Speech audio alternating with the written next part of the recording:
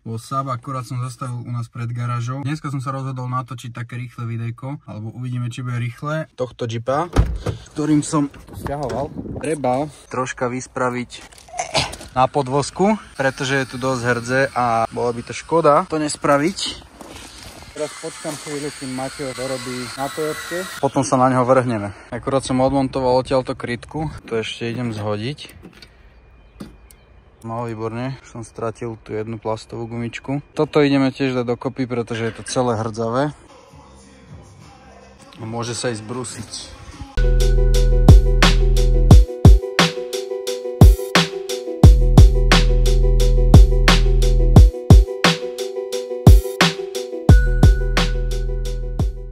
Toyotka je konečne hotová. Toto majstro už hadzuje na razníček, pretože ide celý dole. Ja už mám túto prednú stranu ako tak obrúsenú. Tak to nejak to vypadalo.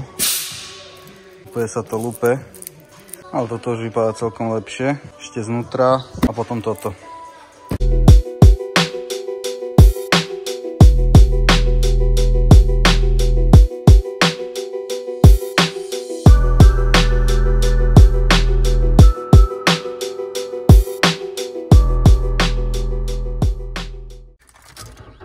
OK, takže ideme dať Jeepa už konečne na zdvihak, pretože vonku sa to špatne robí a Toyotka už je hotová. Dúfam, že nič nerozmrdám.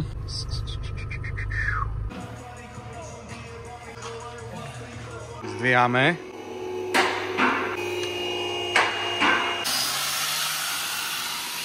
Zbrúsime, začíname tuto odpredu.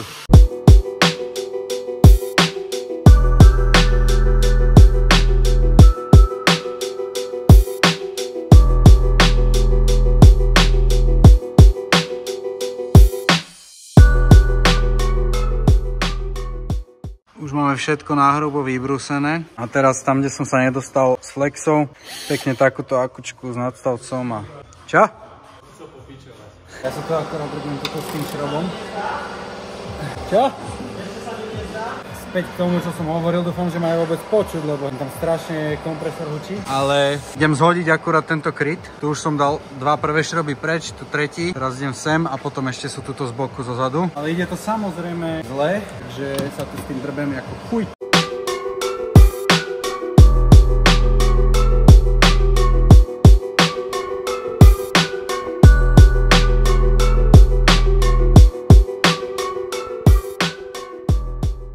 Takže mám tu update.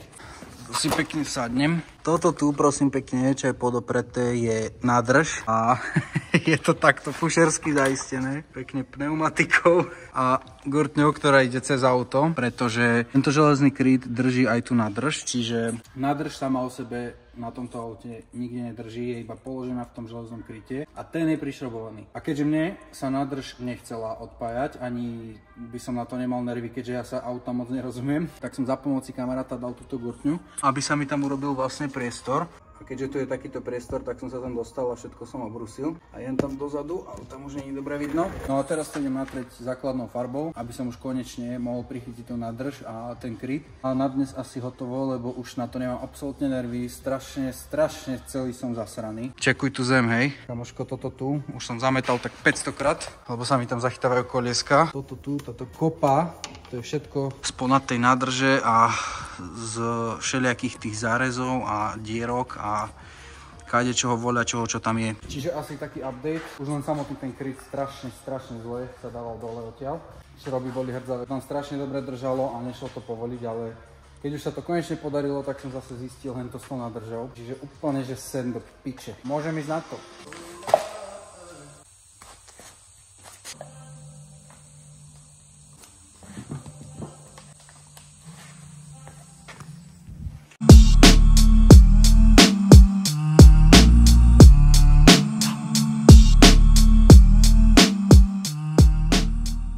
Po asi strátení všetkých nervov to vypadá takto nejak. Natrel som vlastne všade, kde som sa dostal, aby sme mohli túto nádrž pekne vrátiť hore. Ostatné dorobiť už normálne, pretože som tu takto zoskladaný, jak úplný degeš. Nádrž, keď sa namontuje, tak už sa auto zdvihne a ostatné sa dokončí už v pohodlí, dá sa povedať.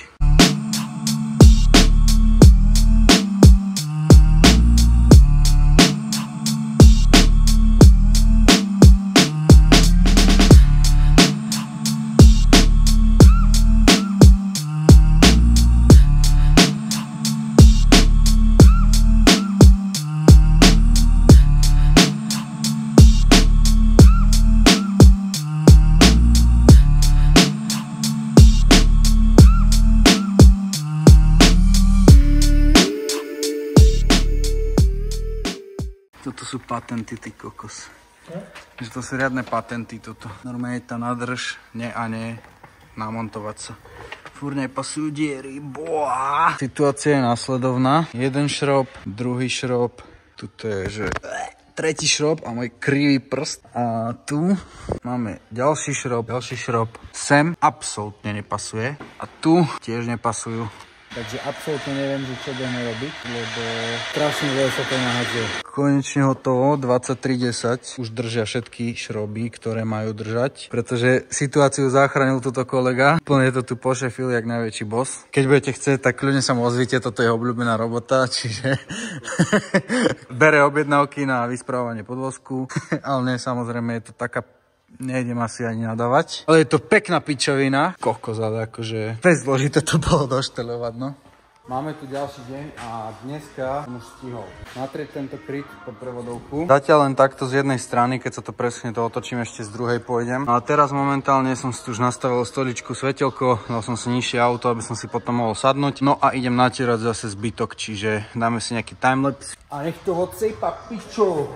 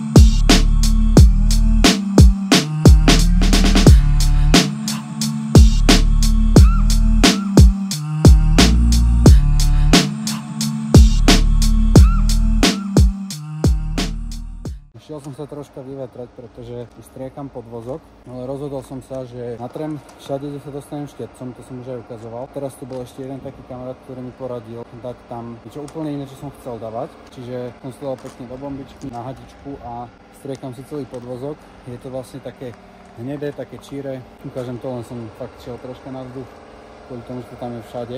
Toto nastriekam ešte ako taký základ. To bodičko dáme ako koncový nastriek, aby to chytilo aj farbu a čím viac vrstiev, tým viac Adidas.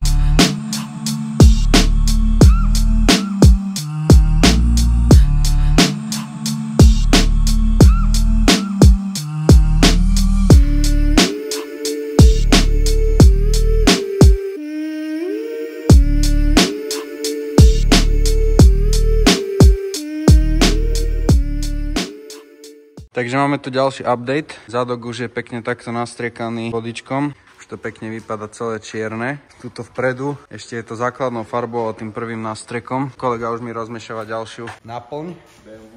BMW. A dáme stříkat.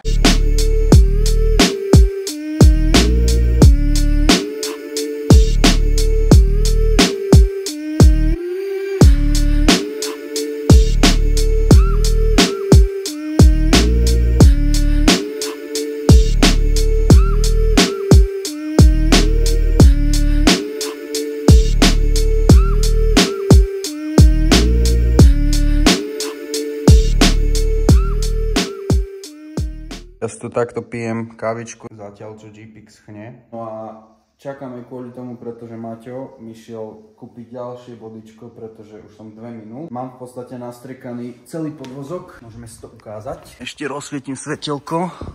Čiže celý podvozok už je nastriekaný. Je to takto pekne, krásne, čierne. Lenže sú tu ešte niekde takéto nedostatky. To je tá základná farba. No a to mi už nevyšlo, bodičko, čiže tak či tak by som ešte potreboval na ďalší nástrek, keďže tam nechcem dávať len jeden. Dáme ich tam aspoň 2 alebo 3, ešte neviem presne. Ale takto nejak to zatiaľ vypadá. A keď donesem máte vodičko, dostriekam ešte časti, ktoré sú není. Potom, keď to trocha preschne, tak tam pacnem ešte ďalšiu vrstvu. Inak ja vypadám celkom tiež pekne. Budem ochranený ako podvozok, pretože som tiež celý čierny jak ten podvozok. Ale to nevadí, s tým sa ráta. Hlavne, že podvozoček bude ochránený jak cip. Pošla mi ďalšia nálož, akurát to rozmiešavam. Keď to rozmiešam, tak ideme dorobiť detaily a už sa to len nechá preschnúť. Potom sa ešte pacne ten ďalší nastrek. Dúfam, že to vydrží čo najdlhšie a že Jeepik bude ochránený a bude jazdiť jak úplný pán.